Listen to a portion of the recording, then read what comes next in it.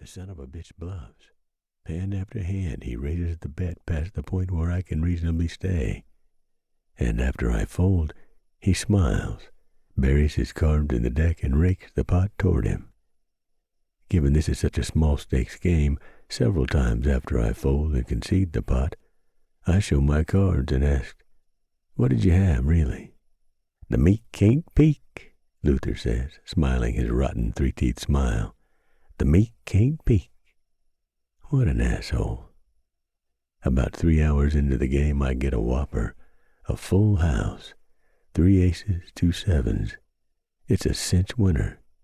But warming to the dramatics of the game, I hesitate as I bet $1. Luther calls my bet and takes up the deck. "How many, Bo?" With a show of head-scratching indecision, I indicate that I want no additional cards, but will stay with my original 5. "Well, looky here," Luther says. "Bo gonna stay all the way." He picks up his hand and looks at it. "Not I. I's head high in the shit sty." He discards 4 of his cards and draws 4 new ones. Upon seeing his new cards, his eye opens wide. He laughs and slaps his leg. "I be goddamn." He takes $1 from his pile and tosses it into the pot. "I bet you $1 on this one, Bo." I call Luther's bet, then, chewing my lip and feigning reluctance, raise him $1.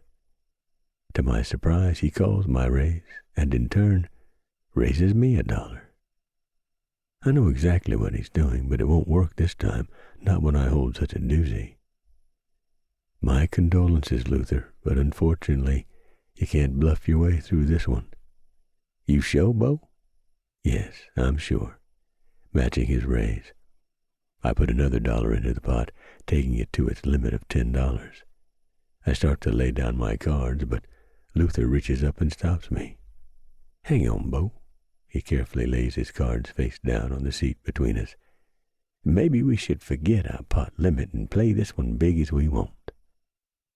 I look at my cards again to make sure I haven't misread them. No, it's definitely a full house, aces over sevens. "I might agree to that," I say. "How much do you want to bet?" "The bet's yours, Bo. I made the last raise."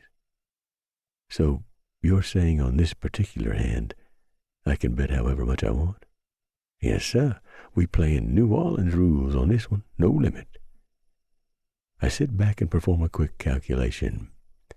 With aces as the group of 3 in my full house, it's impossible that Luther can beat me with a full house. He must, at the very least, have 4 of a kind.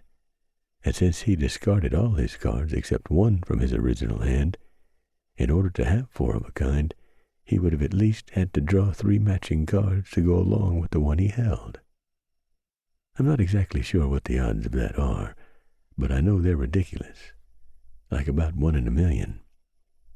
"Luther, I'll bet you $20. I take the money from my wallet and lay it in the pot. I'm sure such a beefy bet will snuff Luther's bluffing tactic, but instead he pulls his roll of money from his jacket.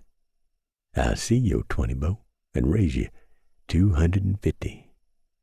He places his roll of cash on the pile of money between us.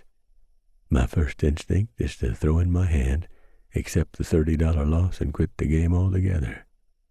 But I'm sick of this moron, his ridiculous bluffing and haughty posturing. I remind myself this is a situation of numbers, cold facts. I rethink the odds. There's no fucking way. Luther, this stinking hick is bluffing. Like a gunshot, my resolve quickens. I take all my money from my wallet. "I don't have $250 to call your bet, Luther. I only have $70 here. But I guarantee you my credit is good." He throws back his head and laughs, his 3-teeth mouth open wide. "Ain't no credit rolling on a bus, Bo. If you ain't tall enough to call, then that's all." He puts up his hand, indicating this is the end of the betting, then reaches toward the pot to gather up the money. I grab his hand. "You liar. I know you're bluffing. You've been bluffing all night." He jerks his hand back and stares at me with his one eye. "You really want to see my cards, Bo?"